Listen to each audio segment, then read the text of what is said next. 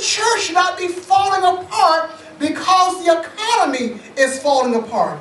If you realize who you are, you realize you're called by God, you're blessed by God, you're anointed by God, and God is sending angels to tell you and to proclaim that you are highly favored of God. It doesn't matter about the economy. It doesn't matter about Wall Street. It doesn't matter how things look. We have to come to grips, church, at this last day. This is the end time, and we're the end time people. Is there anything impossible for God? Is there anything you desire? Is there anything you want that God cannot do?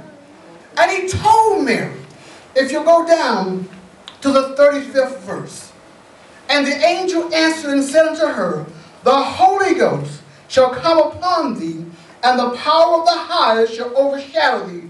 There also the holy thing which shall be born of thee shall be called the Son of God.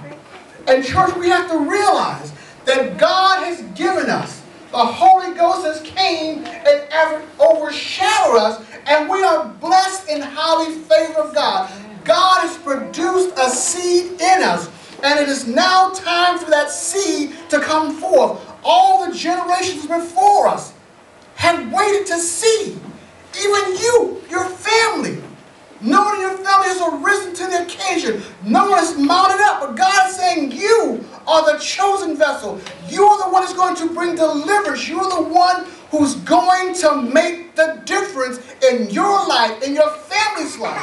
But until we, church, come to grips and realize that we are highly favored of God, that we're called of God, and that there is nothing impossible unto us. When we accept that fact, when we come to grips, we can't look at the circumstances and the things that are around us and say we are not the person that God has called us to be. But we are. And I had to come to grips with that fact that I am somebody and that God did call me and God has blessed me and chosen me to be who I am at this hour and at this particular time. And we as a people have to accept that. And we have to recognize that. God has sent forth his angels to proclaim that you are highly favored, that you are highly anointed and called by God. Even though the circumstances may not mount up to that. But that's who you are, and that's who God has called you to be.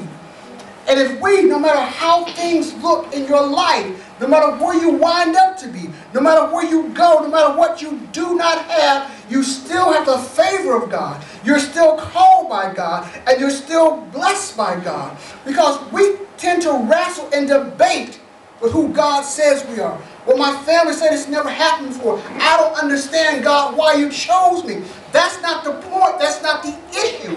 What God says is what matters. Who God says you are is what matters. And God has called, and God has proclaimed, and so ordained you to be at this hour. Highly favored of God, called of God. And do you know who you are? Have you accepted the fact that God has called you to be a missionary, to be an evangelist, to be a prophet, or to be a great business person, to be a great spokesperson? What is your purpose for being here? What has God separated you and called you to be? What is it? We all have hope. We all have dreams.